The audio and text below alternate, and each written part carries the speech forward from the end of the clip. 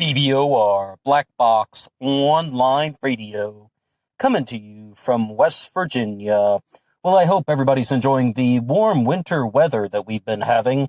It's kind of crazy for February at the time of this recording. But aside from that, we are discussing the Zodiac Killer again. And this series was titled Zodiac Killer Earl Van Best Most Dangerous. But you'll see here that Cheri Jo Bates is in the title. And this is also listed as Part 5.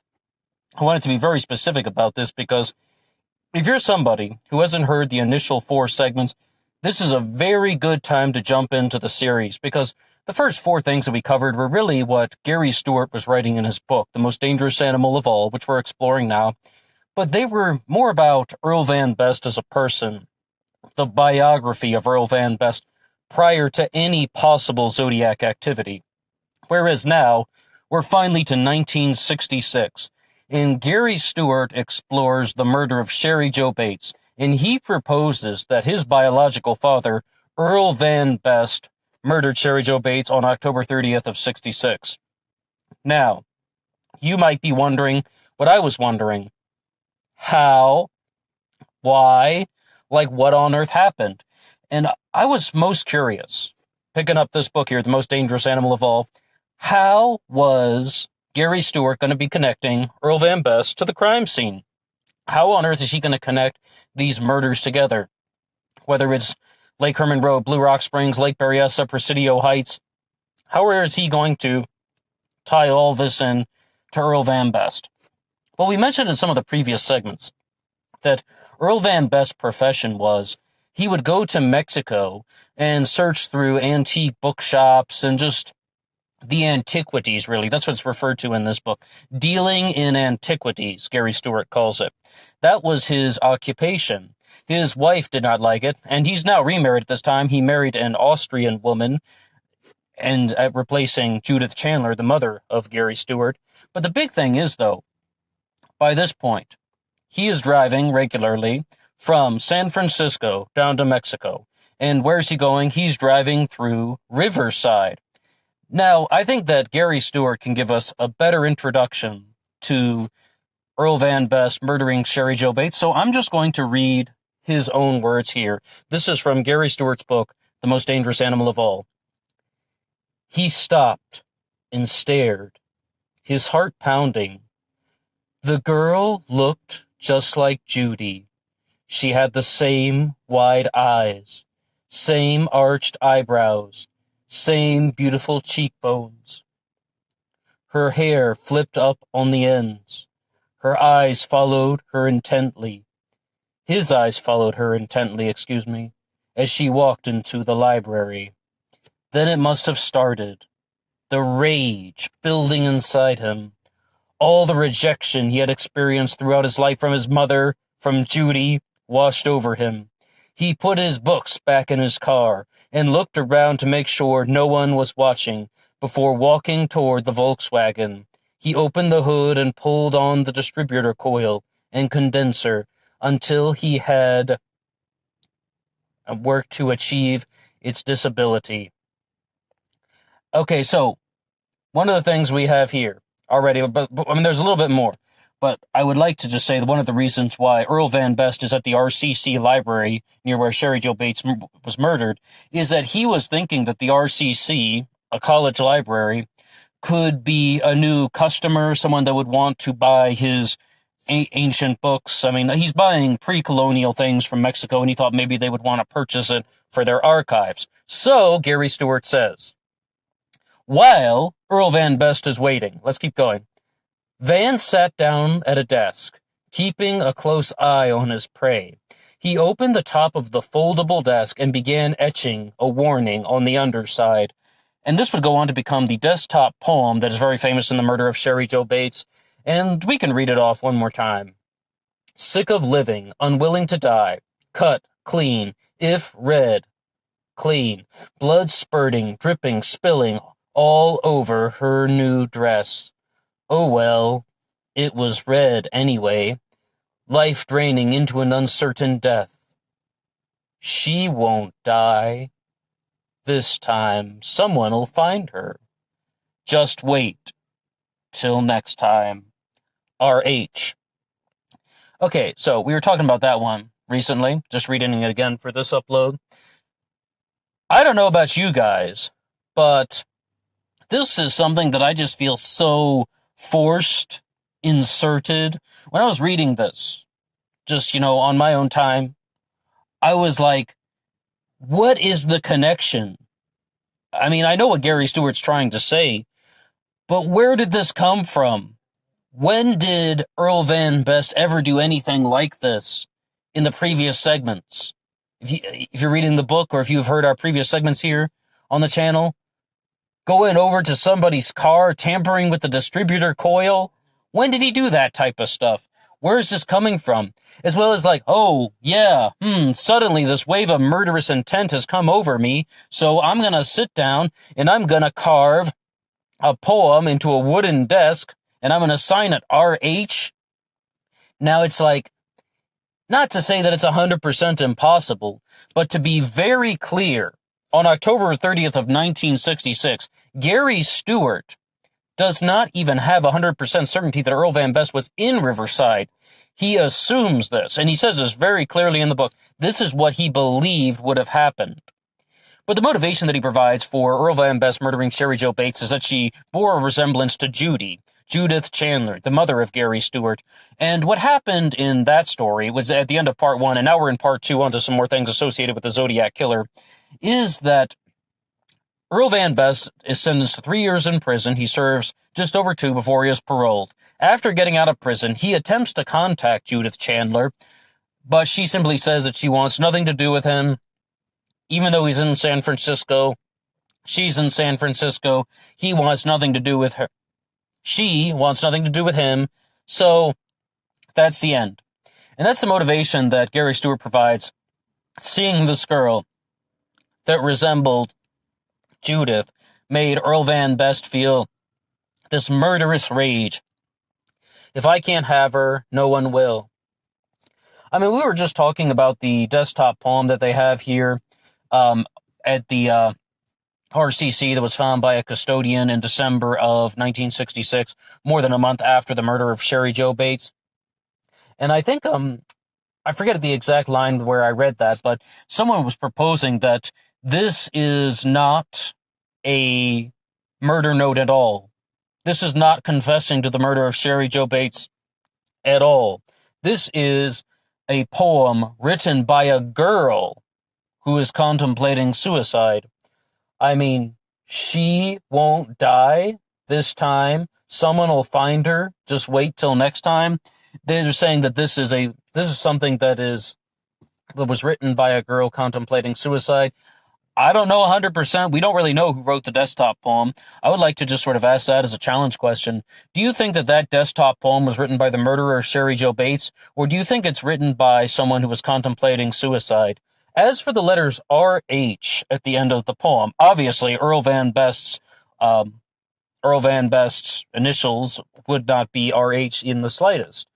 Van then signed the poem with the lowercase letters R and H, the first initials of his 2 aliases, Richard Lee and Harry Lee.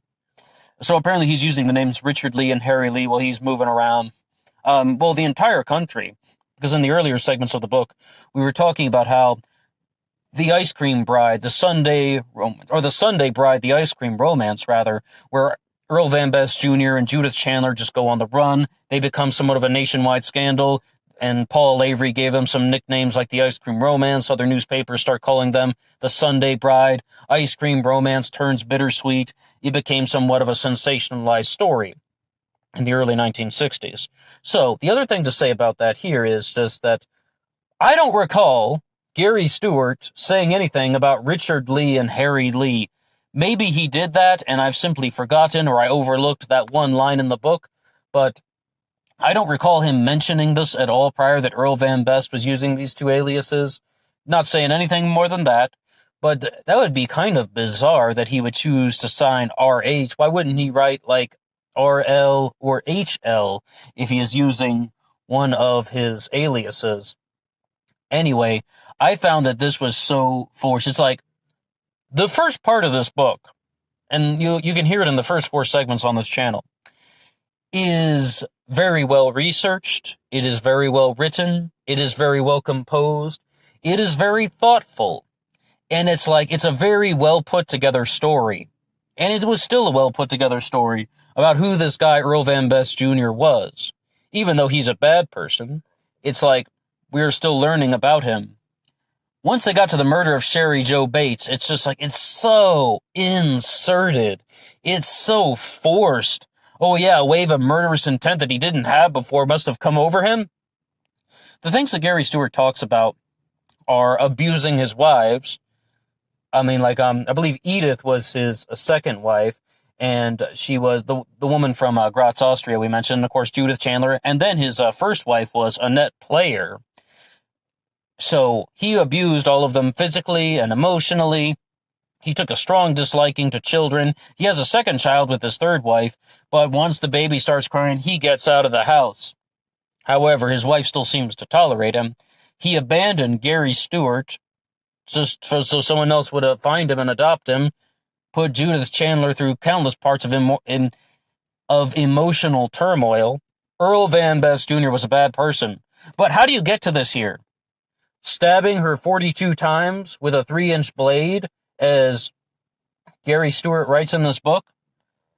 How do you get to that level of overkill? That's why so many people think that the person who murdered Cheri Jo Bates was somebody that knew her, or somebody who had it out for her, because they're like, this is overkill. This was like a revenge killing, or this was a jealousy killing. And I just don't know if we're actually having that from somebody who, hey, she looks like my ex-wife. Of course, we do have some things like Ted Bundy apparently targeted at his victims because they looked like his ex-girlfriend and the one that had dumped him. It's not unheard of, but with Earl Van Best, it seems very, very forced in this particular narrative. The other things that we can say is that while we have this going on, Earl Van Best Jr. is growing in his influence. The influence on him is growing in the Church of Satan with Anton LaVey. People also find out that Van is a very good pianist and an organist. He's a very good musician. And San Francisco is really starting to change in the late 1960s. But Earl Van Best is a very conservative dresser. He's still a little bit old-fashioned. First, people kind of want to reject him, but then they're just like, well, he's a very good musician, and that's what they were most attracted to. He's very good at playing the piano and the organ. So he slowly begins to blend into the late 1960s San Francisco flower power, peace, love culture, but it takes a long time. So you have the peace, love thing going, and you have the Church of Satan thing going at the same time. It's kind of weird. And to really highlight his involvement with the Church of Satan, Gary Stewart even says that Earl Van Best Jr. was married to Edith from Austria on June 6, 1966. 6666. You got 4 sixes in a row. So, I think they only need 3, but maybe they need another one for good luck or something like that. So the thing is with this one, I said, though, when we were going to be starting this series, that if you can debunk somebody, or you can investigate somebody and provide an alternative, by all means, then you can do so. If you can challenge something that somebody has to say, then do that. If you think that somebody is incorrect about who their suspect is, show some things. 24 chapters in this book until we get to finally got something that's connecting him to the Zodiac killer murders, and that's just Cheri Jo Bates. It's not even a confirmed Zodiac killing. There's a very interesting thing here, though, and this is perhaps the most interesting thing in the whole book. After Cheri Jo Bates was murdered, someone mailed some letters that said, Bates had to die, there will be more. You must have heard of these before, right? And there is this mark at the end of the letters.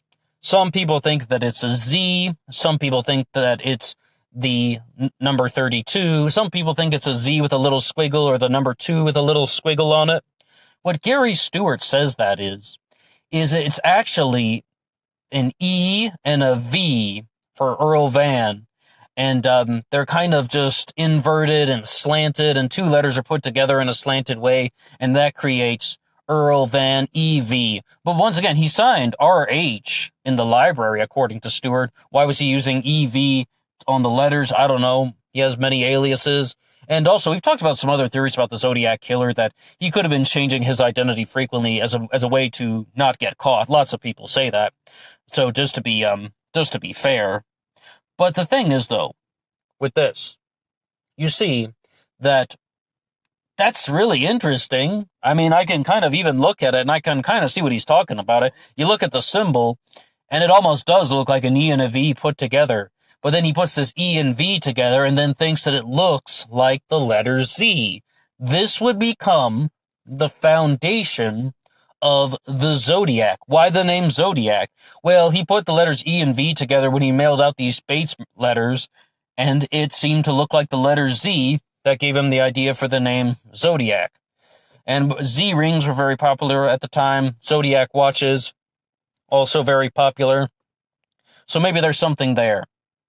I mean, I thought that was that's the single most fascinating detail in the whole exploration of the murder of Cheri Jo Bates provided by Gary Stewart, that what the meaning of that symbol in the letters is. Do I agree with him? I'd say it's highly improbable that this is incorrect, just based on how forced it is. And just, it's like if you were to read this out of the book, it's like you're just flipping between two different books in itself. It's like, all right, this is the story of Earl Van Best. Now let's just drive a wedge in. Oh yeah, by the way, he also had murderous impulses that we seem to not have mentioned in the previous chapters. They did say a lot of things, that he was weird, antisocial, Machiavellian, narcissistic, all of that stuff is covered. But then the murderous rage just comes over him on October 30th of 1966, and that's why we have the murder of Cheri Jo Bates. I'm not convinced yet, but we have a little bit more to discuss in the book, and we're going to have to leave it at that for now. All right, that's all for me. I would love to hear from you and anything that you have to say. What do you think about the murder of Cheri Jo Bates and the desktop poem that we read off? Do you think that it is a suicide note that was written by somebody, or it's a poem about somebody contemplating suicide, particularly a woman? Or do you think it's written by the murderer of Cheri Jo Bates? And we always have the illustrious R.H. Who on earth could that be? We know R.H., but we don't know what each one stands for. And what do you think of Gary Stewart's explanation about Earl Van Best for that? That's all for me now. Until next time.